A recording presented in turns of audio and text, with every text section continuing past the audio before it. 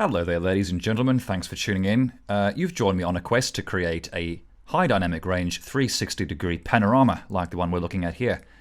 You can see that this is completely 360 degrees. This tree here is actually also this tree here. So if we wrapped this image around a CG sphere, like in Maya or Blender or 3ds Max, and then we looked around this image from the inside of the sphere, we wouldn't be able to find a seam.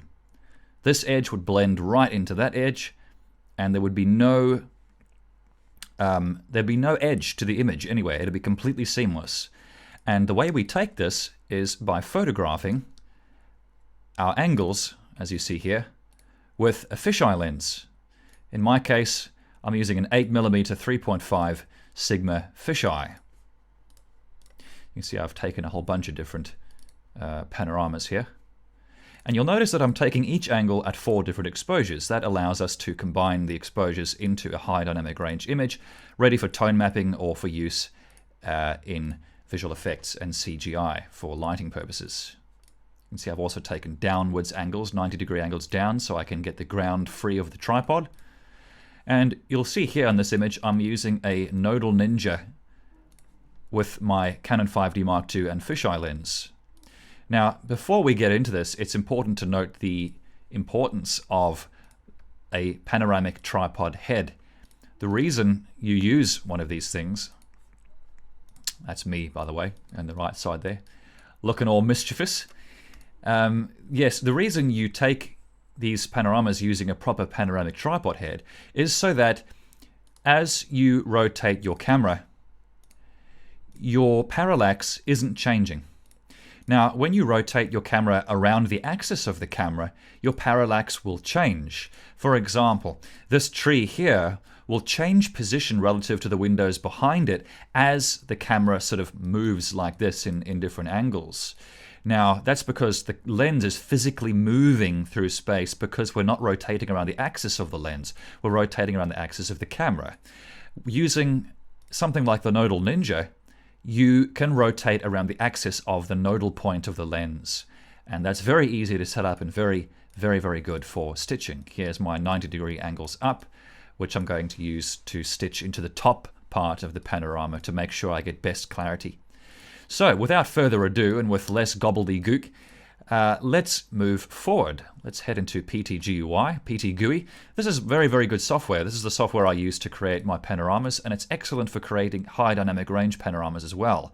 It allows us to export HDR files. We can actually even tone map them in the software too, but we won't do that because it doesn't do as nice a job as Photomatix or Alonio or Photoshop. So let's start by importing our exposures. I'm going to be doing this garden shed that I photographed today. So let's take my lateral angles, all the exposures of those, and I'm going to drag and drop these into my project assistant in PTGUI. It automatically figures out where the images should go, and when I click Align Images, it's going to ask me, do you want to compound your exposures into single angles so that we can create a high dynamic range image? And I'm going to say yes. Okay, so it's going to analyze those images, and it's going to generate control points. And then it's going to give us a preview, our initial preview. Now we don't really see anything at this point because it's showing us the lowest exposure that we took. So let's take a proper look at this. Let's create a preview file, stitching panorama. And there's our very first result. Now what you're looking at here is a very rudimentary tone map of all of our exposures combined into one. This is not looking too great, but in terms of alignment and in terms of stitching, this is looking very good. You can see we don't really have any seams anywhere, there's no breaks, and everything blends together very nicely. I can see a few vertical lines that aren't really straight, so let's go back into PTGUI. We'll go to our control points window, and I'm going to select the first exposure, or the first angle, any exposure of the first angle, in both viewports, and that's going to allow me to create vertical line control points. So I'm going to click on the top corner of this window and then click on the bottom corner of it in the other viewport. So that's telling PTGUI I want that line there to be straight in the panorama. We go to our next angle, we do the same perhaps with this edge of this post here. And maybe another one. It's usually a good idea to do two. Okay, so now we go to Optimizer tab, we click Run Optimizer, and we can see that our average control point distance is 3.022. It considers this to be a good result. It's not very good, it's just good. So there's obviously a few extra things that need to be done to get this to be a perfect panorama. But now we can see that our vertical lines are much straighter than they were. So that's a much better result. The next thing we're going to do is I'm going to bring in my ceiling angle so that I can get a much cleaner stitch on the ceiling. The thing about shooting with a fisheye lens is that if we look at the very edge of our ceiling here, you can see that as you get closer to the edge of the lens, things start to get a bit distorted and a bit aberrated and a bit blurry. So that's why I took an exposure set of the ceiling 90 degrees up. So we're going to take the ceiling from these exposures and stitch them into our panorama. So let's select those 4 exposures and bring them into PTGUI. Now, it's important to remember we want to tell it to recalibrate the exposure sets. So we're going to click on Link HDR Bracketed Exposures again, now that we've re-imported new images. We're going to tell it, yes, there appears to be 5 sets of 4 bracketed exposures, correct. Okay, so we'll now click Align Images because we shot the ceiling from the same nodal point that we shot all the others, there's no change of parallax or depth or any shifting of any kind. So PTGUI should be able to automatically align the ceiling shots to the rest of the panorama. Let's see if it does. Generating control points. Okay, we'll do an optimize to see what our error measurement is like. It's still very good. We'll click Preview, Stitching Panorama, and there it is. So what we're looking at now is a panorama that also stitches the shots we took of the ceiling.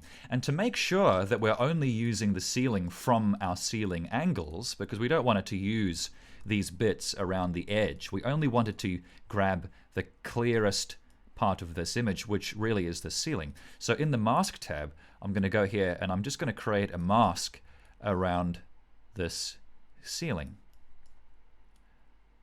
And this is a very, very common method for really all panoramas. This applies to any kind of environment that you're capturing. So I'm going to fill the rest of that with red. It's telling it don't stitch this image that's in the red, only stitch the part in the middle. And to force it to use that, because I know for sure that that's a much better ceiling than it is in the rest of the angles, I'm going to fill that with green. So now I'm going to click Optimize again. I'm going to go to Preview and observe the ceiling. Make sure that it's all clear and that there's no funny ghosting going on. So this ceiling is nicer now. It's clearer, especially along the top. And we can see that it has not used anything else from the ceiling shot because we masked off the ceiling around the edges. The next thing we're going to do is if we observe the lateral angles of our panorama, we can see that in each angle we've got our bloody tripod there in the shot. So if we look at this preview here, let me just pull it up again, we actually see a super wide version of the tripod along the bottom quarter of the panorama. You see, there it is. There's the one leg, there's the other leg, and there's the other leg. So we don't really want that. So how do we eliminate the tripod from our panorama? How do we recover what's under the tripod? Well, the way we do this is we take an extra set of exposures facing 90 degrees down, which we can see here. There's one exposure. There's another one. And there's 1, 2, 3, 4. So you can see that I've not only angled everything 90 degrees down, I've actually moved the camera as well so that I can expose this part of the ground that was originally under the tripod in the rest of our angles. So because the ground is a two-dimensional plane, we can enable what's called viewpoint correction in the Optimizer tab of PTGUI. Viewpoint correction basically tells PTGUI that these exposures, this angle, does not have the same camera position as the other angles, and therefore PTGUI will need to employ a certain perspective shifting in order to get this ground to align with the ground in the other angles, you see. So Let's do that now. Let's import those ground angles. Just incidentally, you can see I've taken a photograph of my hand here. That's just so that when I'm browsing through my thumbnails, I can see that this marks the end of my exposures for that panorama. 1, 2, 3, 4, up to the hand shot. It's a little bit hard to see from the thumbnail view. Let's try this again. Link HDR bracket exposures, and there we go. So now we have 6 sets of 4 bracketed exposures. 4 lateral angles, 1 ceiling angle, and 1 ground angle. So what we need to do now is we need to go and draw control points between our ground angle and all the other angles, so that we can show PT GUI, you know, for example, where this irrigation pipe here is in that shot in relation to this shot. So we'll go to the first exposure here. Doesn't matter which exposure, so long as it's the same angle, because PT GUI groups all of your exposures into single angles so that we can operate them as one.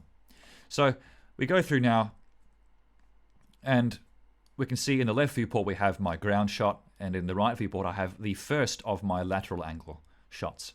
So I can see here that if I zoom into the closest corner of this black box thing, there's a point there and the bricks where that intersect. So that point there is that point there. And this point here is this point here. And usually after the 3rd or 4th point that you create, there we go, PT GUI will automatically find that point. At least it'll take a very good guess. Sometimes it'll do a good job, other times it'll do a terrible job. Okay, it's found that point well, which is good. We can go up here, and we can see that at this pot there's an intersection of points there. You see there, PT GUI's found the wrong spot. It's taken a pretty bad guess, so we're going to correct it. It's actually over here. And that should do us for this angle. Now let's go to our next angle. I am working in a pretty small screen resolution here, so this is a bit cramped. Let's go to our next angle here. And again, referencing our ground angle, I can see that in this shot, I've got a point here by this hose, which is there. The other thing I forgot to mention is I'm only creating reference points here on the ground, because I only want PT GUI to correct the viewpoint, the perspective of the ground plane based on the ground plane itself. If I started creating control points on these bricks, well, that's going to mess everything up, because the bricks are on a completely different depth. They're you know, a good sort of half a meter above the ground. So that's going to wreck the whole viewpoint correction thing. So we're only creating control points on the plane that we actually are going to composite into the final panorama. What we'll do now is we'll go into Optimizer, we'll run the Optimizer, we'll make sure that we have viewpoint correction ticked for the foreground exposures, because again, we moved the camera, so PT GUI needs to compensate for that movement, and we enable that by ticking viewpoint correction. You can see that when I tick it, it automatically ticks the other 3 exposures because it's linked those as an exposure set.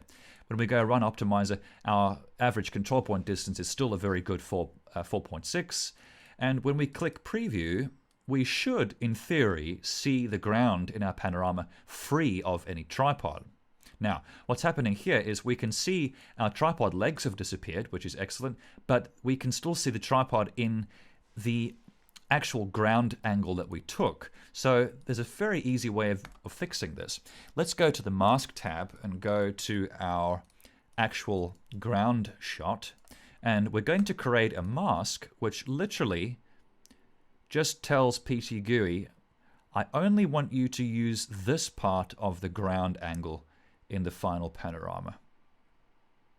Because when I photographed this, I knew that I need to move the tripod to this location in order to expose the entirety of the ground that I was concealing in my other angles. So I'm now going to fill the rest of it red. That's telling it, don't use any of this part of the ground angle, just use that region of the ground. Now if we click preview, we should hopefully see no tripod in the shot.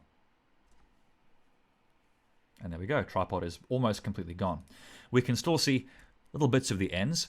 What we'll do is we're going to force PT GUI to use this part of the ground in this image by filling it with green. We'll do another preview, and now we shouldn't see any tripod left whatsoever.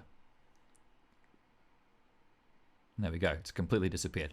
Fantastic. So we've got very good ceiling, we've got a perfect ground, free of our rig, free of our tripod and camera, and the stitch is pretty damn good. So what we can do now is we can finally export our panorama.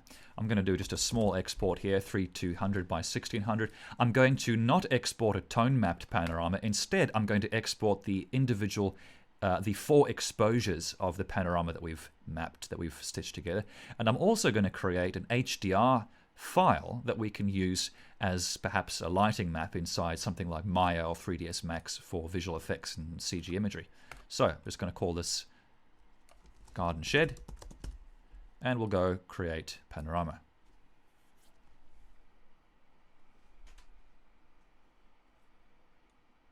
Okay. So now I'm going to show you how to stitch these exposures together, how to blend our exposures together so that we can get a nicer exposure in our final image. So I'm using a program here called Olonio. I've tried a lot of different HDR mapping programs, Photomatix, Dynamic Photo HDR, even Photoshop. None of them really satisfy me. I find that Olonio gives me the nicest results. So I'm going to go down, I'm going to find the 4 exposures of our panorama that we just created. I'm going to add them. I'm not going to click auto align because I know that nothing changes between the exposures. It's all taken on a tripod and it's all stitched together. So create HDR tone map project. And there we go, there's the beginnings of it. I'm going to go down to advanced local tone mapper, a natural HDR mode to preserve colors.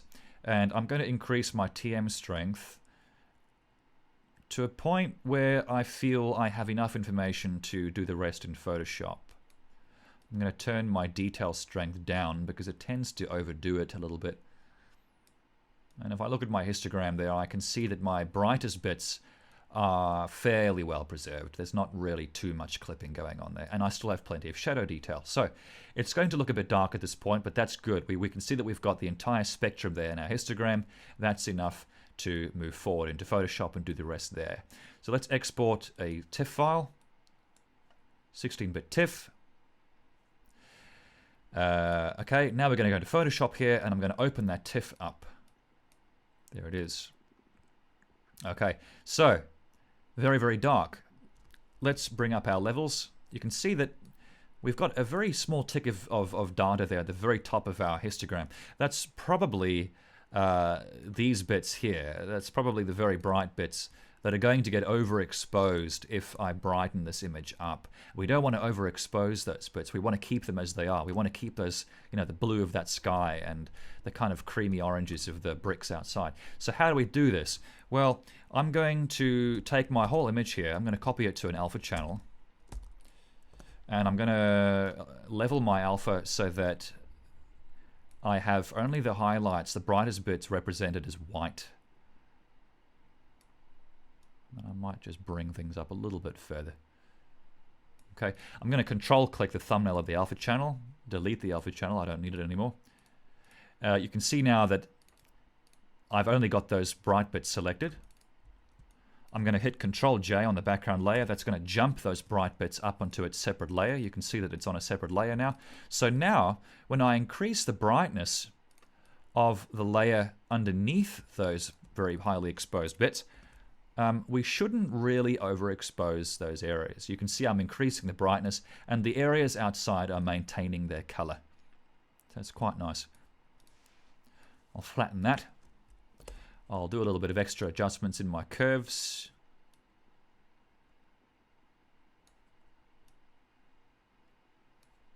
Okay, not too bad. Colors are a bit peachy, I suppose. Let's try an auto tone, maybe an auto color. No. Perhaps we'll do things a bit more manually.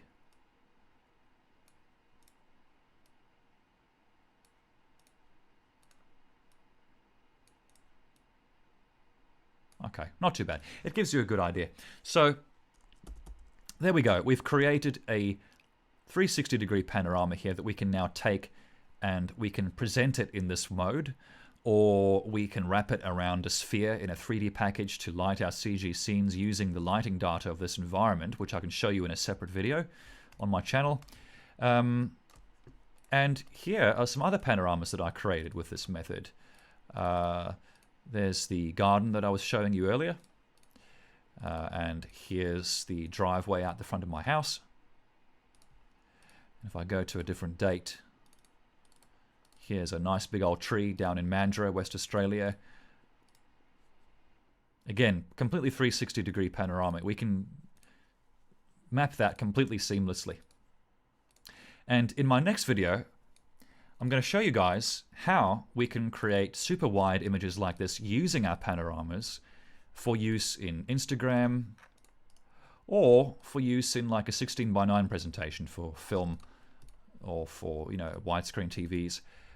This is basically just a crop of the panorama, but this is actually taken with a digital sort of camera in Maya with the focal length pulled all the way out. So, you know, field of view this wide and in a rectangular format like this is nearly impossible to do with conventional methods in a conventional lens. So in my next video, I'll show you guys how to do that. Thanks very much for watching.